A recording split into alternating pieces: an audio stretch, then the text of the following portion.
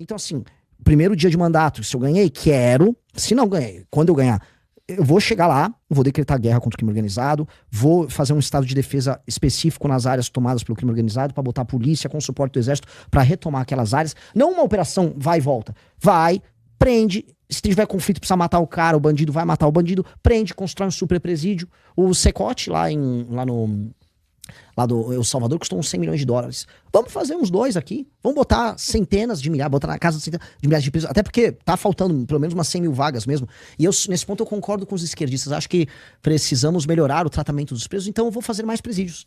Muitos presídios. Vou colocar todos eles lá pra viver muito bem preso dentro de uma cadeia, tudo certinho ali. Vão ficar lá na cadeia. Tu curte o Bukele? Cara, eu acho que eu curto os resultados dele. Eu não sei o que ele gosta, o que ele come, que time de futebol ele torce. Mas o fato é que o que ele fez para enfrentamento do crime funcionou.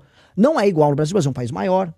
Institucionalmente falando, o Brasil é um país diferente. Dito isso, a ideia de impor lei e ordem e destruir não só o crime organizado, mas o aparato cultural ligado a ele, para mim isso funciona e nós precisamos fazer. O que é o aparato cultural ligado a ele? Isso aí não torna a coisa um pouco mais subjetiva? Porque, veja, eu não sei, não sou estudioso, nunca fui a El Salvador. Mas um argumento que recorrente um dos argumentos, porque um deles é o do tamanho. Você já acabou de falar, acho que aqui no Brasil é diferente, eu concordo contigo. Mas um outro o cara tá mandando prender todo mundo, meu irmão. Tem uma tatuagem, prende, foda-se. Entendeu? É que assim, imagina que você mora numa área ligada ao Comando Vermelho, você já tem passagem pela polícia e você tem uma tatuagem do Comando Vermelho. E aí você tá numa operação que foi decretada um estado de exceção em que o exército e as forças policiais vão entrar nesses bairros. Você, no meio dessa operação, você apareceu ali ligado a esses caras com investigações que foram pegando suas relações com esses caras, você tinha essa tatuagem, você foi detido. A maior parte dos caras que não tinham atuação política criminal direta foram soltos. Tá. Que aí foi que se não criado um espantalho ao redor do Bukele, ao redor disso. Mas, dito isso, Eu em tô geral... te perguntando principalmente porque eu não sei mesmo, tá ligado? Não, mas é verdade. E aí, aí eu entro um ponto. Mas, e Renan, e essas violações de direitos humanos? Cara, o primeiro ponto que a galera tem que entender, e aí esses sociólogos de esquerda ficam muito pistola, porque a opinião pública nunca compra o papo deles, e ainda bem. A maior violação de direitos humanos que nós temos, por exemplo, no Brasil é o fato de quase 30 milhões de brasileiros viverem sob o comando do crime organizado. Isso é uma violação de direitos humanos que acontece diariamente. Ou o fato de a gente lá perder de 35 a 45 mil pessoas vítimas de homicídio todos os anos. E mais, essa estatística ela pode estar, vamos dizer, subestimada, porque a gente tem um número de desaparecidos por ano. Então, se um cara lá foi alvo de um crime organizado e ele desapareceu, ele fica por um tempão na estatística de desaparecido. E é gigantesca, dezenas de milhares de pessoas na estatística dos desaparecidos. Então, isso é uma violação monumental de direitos humanos. Aí a gente pode falar, poxa, pode ter uma injustiça aqui e ali. O Estado não é perfeito e nunca será. O Estado brasileiro fica cultuando o SUS, um monte de gente morre na fila do SUS, o SUS também é muito mal administrado e nem por isso estamos jogando o SUS fora. Ninguém precisa, o SUS não serve pra nada. Então, um sistema que prenda esses caras num momento de guerra, um momento de exceção que a gente vai precisar derrotar esses caras, pode ser que tenha injustiças e assim, provavelmente terá. Não tem que falar, isso é alvo alvo de erros. Não, pô, são humanos fazendo coisas humanas. Ainda mais coisas humanas conflituosas.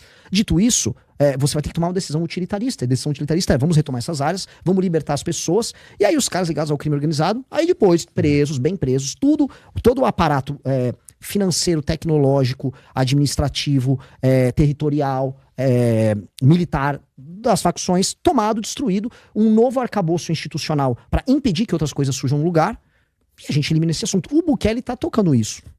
O Bukele fez isso. Outras críticas tem ao Bukele. O Bukele, ele agora vai poder se reeleger. Veja, não é muito diferente do que passou com o Fernando Henrique quando ele passou a emenda da reeleição. A questão é, ele pode comprar uma espécie de uma prática clássica latino-americana de quartelada e tal, a se ver. Por enquanto, ele é um cara altamente aprovado pela população. De fato, os resultados que ele entregou são verdadeiros. Se você anda na capital, em São Salvador, e com o seu celular na rua a qualquer hora, você não vai ser roubado. As populações reconhecem isso. A gente mandou gente nossa pra ver lá.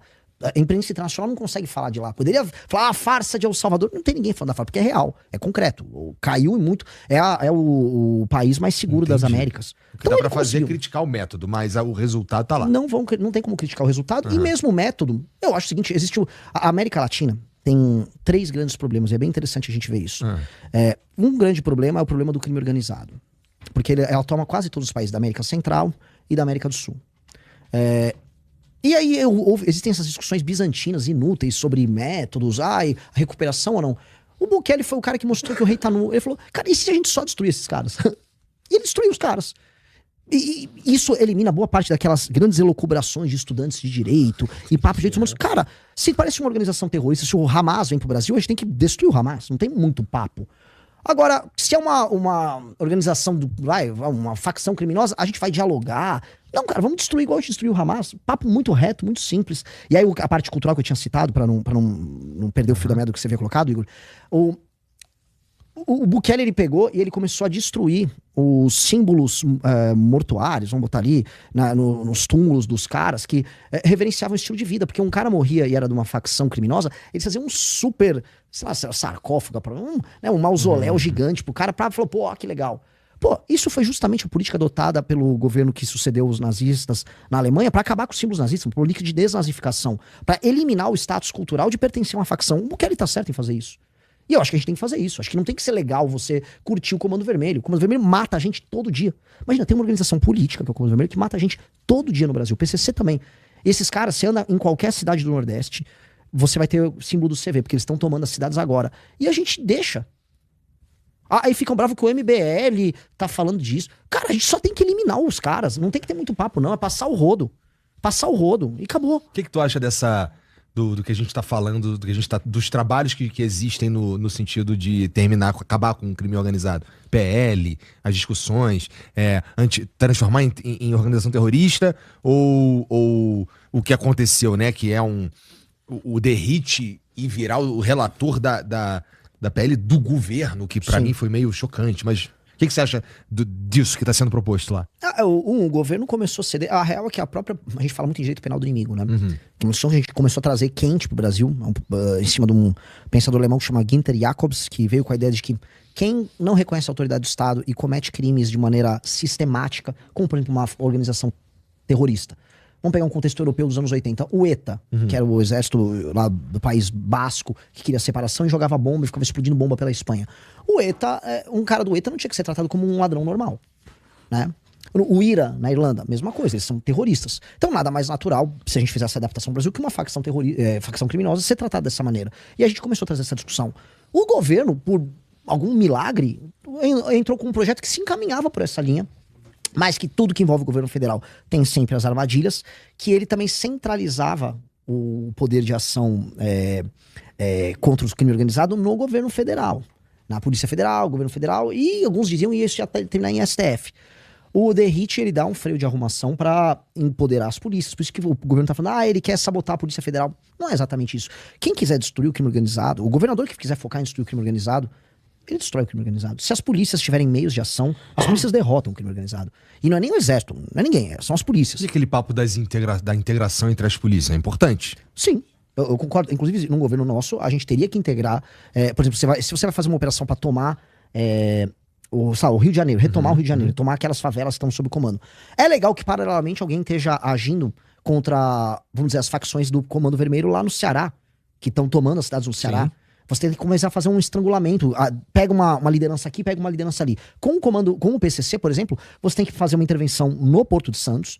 Que o Porto de Santos vamos dizer, de onde saiu grande parte do faturamento do PCC. Eu me pergunto, eles ficam falando de inteligência, todo mundo sabe que o Comando Vermelho exporta por ali. E ninguém mexe por ali. Deve ter algum bagulho, algum jeito, uma tecnologia de invisibilidade, alguma coisa, porque... Tem submarino. Tá, legal, mas eu e você sabemos que tem submarino. E ainda assim tem submarino, caralho, né? Tipo, cadê os caras lá? Né? E aí todo mundo sabe que boa parte da rota da droga do PCC, eles chamam de rota caipira, que é uma rota que cruza o estado de São Paulo inteiro, e aí depois vai parar lá na fronteira. Tá, alguém tem que atuar na fronteira, se vai ser a polícia dos estados do Centro-Oeste, ou se vai ser, vamos dar um exemplo, o Exército, as Forças Armadas. Você tem que bloquear a entrada da droga, pegar os entrepostos logísticos que passam Mato Grosso do Sul e São Paulo, e pegar o Porto de Santos. Então aí você vai estrangulando ali. E aí alguém tá fazendo uma operação ali pra pegar onde eles lavam o dinheiro deles, aí na parte de combustível onde eles distribuem, fizeram os negócios. Você tem que ir matando esses caras ao mesmo tempo pra não ter pra onde fugir. Uma operação, a gente viu que a operação de enfrentamento ao PCC é muito diferente da operação de enfrentamento ao Comando Vermelho. Sim. Mas você vai depender de governadores diferentes, polícias diferentes, estados diferentes. Isso é legal, tem a integração, mas todo dia está tendo crime. O que eu quero dizer, se você não precisa de uma grande integração pra resolver o caso do Ceará. O caso do Ceará, eu fui pegar essa cidade de Saboeiro, que morreu a Antônia Ione, que é uma mulher que se negou a envenenar a comida da polícia e tal. Os caras que eram do Comando Vermelho na cidade eram 2 caras. Não é que o Comando Vermelho tinha uma milícia. Eram 2 noias, 2 moleque noia com uma arma que devia fazer um tráfico pequeno na cidade, de valor pequeno, que queria que essa mulher matasse os policiais, ela não matou, eles mataram ela. Você entende que assim, não são super operações, que se um governador tivesse vontade política e eles tivessem meios de ação pra isso, o governador do Ceará resolvia. Eu fico ainda chocado, porque meio que o governador do Ceará conseguia fazer uma operação e passar um rapa nos caras. Ele não faz nada, esse humano. Que é outro cara que eu também viralizei, porque eu falei que, pô, se eu virar o presidente, esse cara ainda estiver no governo do Ceará, e esse cara continuar sendo leniente, porque tá muita gente morrendo no Ceará, pô, tem que afastar um cara desses. Igual o Xandão afastou o Ibanez. Teve o 8 de janeiro, o Xandão falou, ó, esse cara tem alguma relação com o que tá rolando. Afastou o Ibanez, resolveu o 8 de janeiro, aí voltou o Ibanez. Beleza. Se isso é válido no caso do 8 de janeiro, que é bem menos grave do que ligação ao crime organizado, se o Eumano, governador do Ceará, não contribuir pra gente destruir o crime organizado no Ceará, ó, Eumano, me parece que você é parte do problema, dá licença, a gente vai botar um interventorzinho aqui, 3 meses eu vou passar a rapa aí no Comando Vermelho.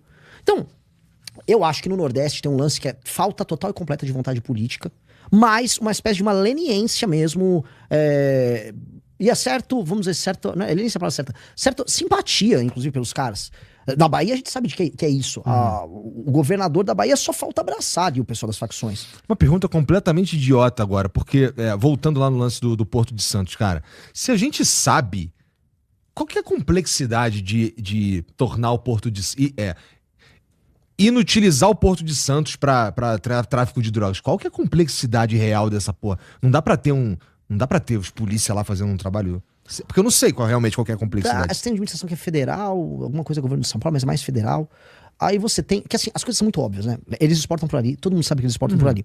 Quando você vê a Baixada Santista, né, que é a região, curiosamente, o PCC, repara que a gente não fala tanto em São Paulo sobre ocupação territorial do PCC. Verdade. A polícia entra em todos os lugares, mas você vai na Baixada, inclusive teve um problema do Tarcísio com o Derrite contra os caras lá. O Comando Vermelho tem controle territorial em Morros, no Guarujá, em Santos, São Vicente, na Baixada toda. Mataram agora É o CV ou é o PCC? Não, desculpa, o PCC. É o PCC, Foi besteira. Me confundi. Tá. Então o CV então faz controle territorial. Por quê? PCC. Eu tô mongol, gente. Tá bom, tudo bem. Deixa comigo. O PCC... ótimo, muito obrigado, Igor, pode ser meu vice aí. O PCC faz controle territorial ali. Esse controle territorial que o PCC faz, ele é necessário porque você precisa receber aquelas drogas, prepara ali, e aí vira um entreposto logístico pra você fazer alguma coisa que tá ali em Santos. É ir na Vila Belmiro encontrar o Neymar? Acho que não. É comer uma caldeirada que tem lá em Santos, frutos do mar? Não. Claramente é mandar a droga pra Europa, que é o grande business deles. Então é óbvio que assim, você tá lá, tem ocupação territorial ao redor de Santos, você tem os caras no porto, tem tudo, e ninguém usou a tal da inteligência que o Lula fica falando tanto pra pegar isso. Você quer estrangular o PCC? Você tem que ir pra lá. Porto de Santos, que o grosso do faturamento deles é ali. E não só faturamento, margem, né? Uma coisa é faturamento, outra é margem. Eles têm muita margem ali. Muita grana mesmo, né? A gente tá falando de pegar lá o quilo da pasta base por X e vender pra Europa lá por 100X. Né? Porque o produto, é mais ou menos essa proporção mesmo, né? Porque imagina o seguinte, o produto colocado lá, né, vamos dizer, o grande mérito deles é colocar o produto. A jornada do cara é como você tira o produto do ponto A com o ponto B, com fiscalização, ela gastou. Então, a margem que eles têm em fazer o produto chegar no cliente, na ponta, é enorme. E aí é um mérito, né, administrativo dos caras. Você tem que destruir isso. Eu conversei aqui com o Lincoln Gakia e com o Valfrido Varde, e eles escreveram um livro juntos sobre máfia no Brasil e tudo mais. O Lincoln é reconhecido como um cara que entende pra cacete de combate à facção criminosa, que já foi lá na Itália, estudar máfia mesmo, e eles propõem algo que parece uma agência, uma super polícia, uma autoridade, como se fosse uma Anvisa, só que da segurança, que ela vai, gerencia e eu não sei se eu entendi direito, mas que gerencia e coordena as polícias no trabalho de destruição e repressão das facções. Tu diria que esse é um bom caminho? Eu diria que esse é um bom caminho, desde que... eu não li, eu não conheço. Mas sim, eu gosto... Bem parecido com o que rola na Itália mesmo. Não, eu gosto muito da ideia, desde que mantenha a autonomia estadual das polícias. E por que eu digo isso? Cada país tem uma história, cada país tem um contexto. O Brasil é um país que, caso certas lideranças tivessem um controle central das polícias, o Brasil poderia descambar para uma ditadura. E o Brasil nunca descambou para uma ditadura, pelo menos pós-88, muito porque os governadores têm essa autonomia sobre o uso da força. Então eu acho importante ter uma espécie de balanço de poder dos governadores com as polícias nos estados. Então, se não descambar para isso, eu acho que é muito possível não descambar, eu acho uma baita de uma ideia. Essa é a minha única ressalva, mas nem chamo de ressalva, às vezes eles preveem isso. É só porque há esse medo, porque inclusive é o que o governo PT tentou fazer agora. Então, vamos dizer, com essa, se não uma ressalva, com esse comentário meu, eu acho a ideia muito boa, porque tem que ser articulado.